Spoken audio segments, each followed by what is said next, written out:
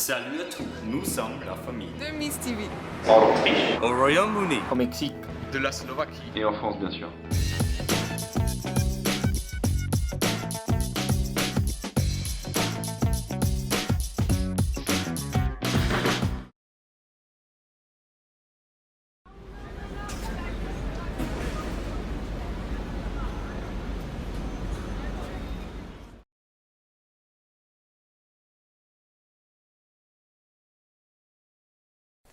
Est-ce que tu peux te présenter? Oui, alors je suis Boris Boucher, donc je suis architecte, urbaniste. Je suis né dans le Livre d'Eau-Forez, qui est un parc naturel dans le sud du Puy-de-Dôme. J'ai fait mes études d'archi à Lyon d'abord, 2 ans, puis ensuite à Clermont-Ferrand. Après mon diplôme, je suis allé à Paris, donc travailler dans l'agence de Frédéric Bonnet, l'agence Aubrac, avant de revenir donc en 2008, à m'installer à Clermont, donc installer mon activité à Clermont-Ferrand. Voilà. Tu fais partie du collectif Milieu. Qu'est-ce qu'une agence gagne à travailler en collaboration avec d'autres agences ou structures? Le collectif Milieu, c'est le résultat d'Europe 1. C'est-à-dire on a gagné Europe 1 en Belgique avec 3 copains, Yvan Kotnikov, Thomas Noyer et Jérôme Lafont. Et donc du coup on s'est dit tiens, ça vaut le coup de travailler ensemble sur ce nom-là. En fait on n'a pas fait, comme Europe 1 n'a pas marché par la suite, on n'a pas fait grand-chose ensemble, si ce n'est continuer de bien s'entendre, réfléchir, enseigner ensemble. Voilà. Par contre, je fais aussi maintenant partie du collectif AJAP 14, qui est un collectif qui est issu donc qui est constitué autour des lauréats des AJAP en 2014. Et c'est vrai que ça, en ce moment, c'est un collectif qui est plus opérant. Et alors, l'avantage de travailler en collectif, je ne sais pas.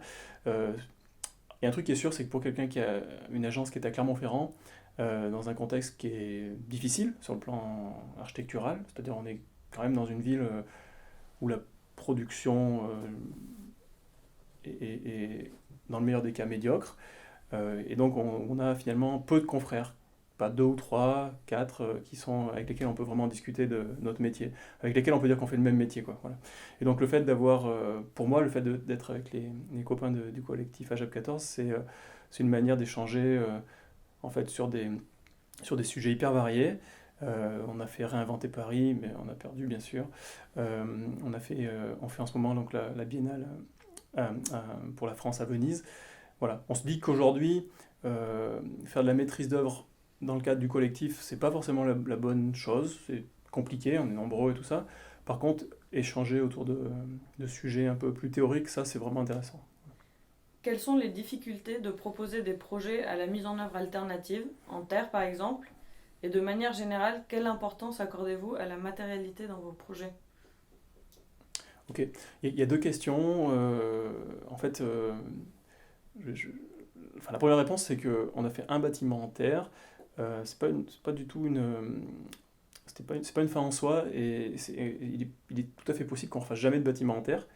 On a fait un bâtiment en terre parce qu'on était dans un village construit en terre, dans une vallée où il y avait beaucoup de bâtiments construits en terre, en pisé. Mais en fait, l'idée de la matière, la pierre, la terre, le bois, c'est plus une question de liberté pour l'architecte. On a fait aussi des bâtiments en béton. Et voilà, l'objectif, c'est pas de construire en terre parce que c'est écolo et que c'est cool. En fait, c'est parfois un bon argument, c'est commercial, ou je sais pas quoi.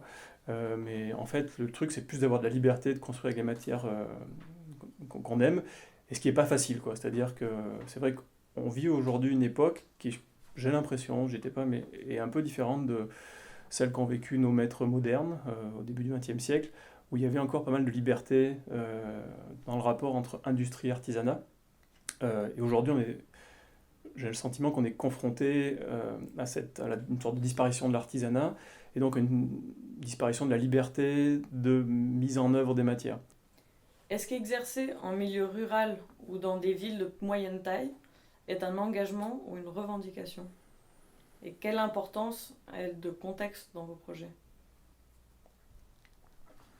Ouais, c'est une bonne question, c'est difficile de répondre, en plus en étant honnête.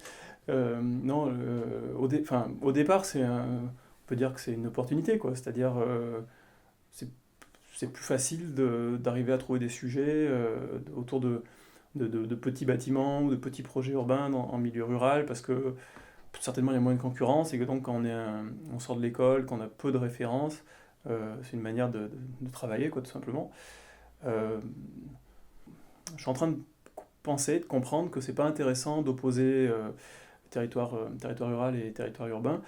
Enfin, ce qui est plus intéressant, c'est de parler plutôt des sujets et du caractère banal des sujets. C'est-à-dire ça, c'est aussi un des points communs qu'on a avec les collègues du collectif AJAP 14, c'est que en gros, on s'est aperçu, en comparant nos travaux, quand on s'est rencontrés les premières fois, qu'on avait des sujets assez courants. C'est-à-dire voilà, une maison, du logement social, des petits projets urbains, et qu'en fait, c'était plutôt ça qui était.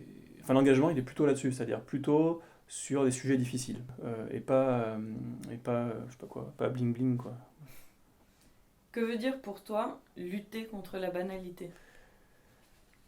Lutter contre la banalité, c'est exactement, c'est travailler sur des sujets qu'on reconnaît comme banals, mais avec un engagement qui est de l'ordre de l'exceptionnel, du, du précieux. Dans le texte qui est dans le bouquin là, qu'on a envoyé aux AJAP, il y a quelques années, il y avait un texte qui s'appelait Rustique mais précieux, ou quelque chose comme ça. Et c'était l'idée que voilà, on était sur des sujets courants, qu'on n'avait pas d'argent, mais qu'on se plaignait pas de ça. C'est-à-dire quand on fait une maison de retraite à la campagne, c'est normal qu'on n'ait pas l'argent d'un musée dans le centre de Paris. Heureusement que c'est comme ça. Et donc en gros, tout notre travail, c'est d'appliquer notre savoir-faire pour que ces programmes banals ils deviennent exceptionnels par leur dessin. C'est exactement comme moi je dis, en gros, on est des architectes, on est comme n'importe quel autre métier, comme un boulanger, quoi. C'est-à-dire le boulanger, sa commande, elle est toujours banale, quoi. Il fait toujours faire du pain pour des gens dans un lieu réduit, un quartier, un village.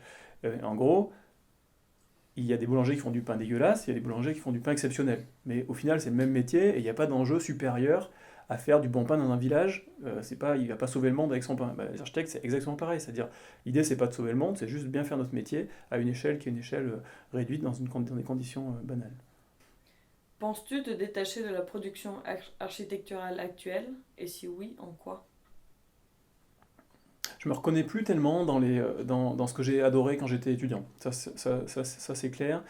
Et c'est vrai qu'aujourd'hui, je ne sais pas si c'est une cause ou une conséquence, mais à l'agence, en gros, la manière de penser les projets et puis de les écrire, le résultat, il- on pense la question esthétique de manière vraiment différente, quoi. Et c'est vrai que, notamment, je donne toujours cet exemple. On travaille régulièrement avec un charpentier, c'est toujours le même, qui en fait a l'énorme avantage d'avoir un très bon rapport qualité-prix. C'est pas du tout le meilleur charpentier qu'on peut trouver. Il y a plein de charpentiers qui sont bien meilleurs, qui finissent beaucoup mieux leur travail. Mais par contre, on pourrait pas se les payer. C'est-à-dire que je sais pas si c'est bien ou c'est pas bien, on pourrait juste pas se les payer. Donc en gros, on travaille sur un charpentier qui a un rapport entre la manière de mettre en œuvre, la qualité de la mise en œuvre et le prix, qui nous permet de faire les projets tels qu'on les dessine, avec des détails compliqués, avec beaucoup de bois, etc. Et, voilà. Et ça modifie la question esthétique. C'est-à-dire nos bâtiments, ils sont un peu mal faits, ils sont un peu mal construits. Euh, mais en fait, c'est pas mal, je trouve. Voilà. Quel conseil veux-tu donner aux étudiants en architecture? Il y a toujours un truc que je dis, c'est. Moi, j'ai vu plein d'étudiants à l'école depuis 10 ans qui sont à l'école hyper engagés, vraiment intéressants, des étudiants brillants, qui travaillent jour et nuit, voilà. Et qui, une fois leur diplôme passé, renoncent à tout ça. C'est-à-dire, en gros, euh, cherchent un boulot tranquille, où on ne va pas trop les ennuyer, où ils vont pouvoir terminer à 18h, pas travailler le week-end et tout ça. Je, je peux comprendre, hein, chacun fait ses choix de vie, mais juste aujourd'hui, c'est vrai que l'architecture, on est quand même dans une forme de résistance, et que pour y arriver, voilà, le conseil que je peux donner, c'est continuer de poursuivre vos engagements à l'école, que vous aviez à l'école. Voilà, peu importe la forme, travaillez gratuit, faites ce que vous voulez, mais poursuivez vos engagements, quels qu'ils soient, poursuivez vos engagements, ne renoncez pas pour votre confort, sinon c'est sûr que dans quelques années, l'architecture, en tout cas l'architecte disparaîtra.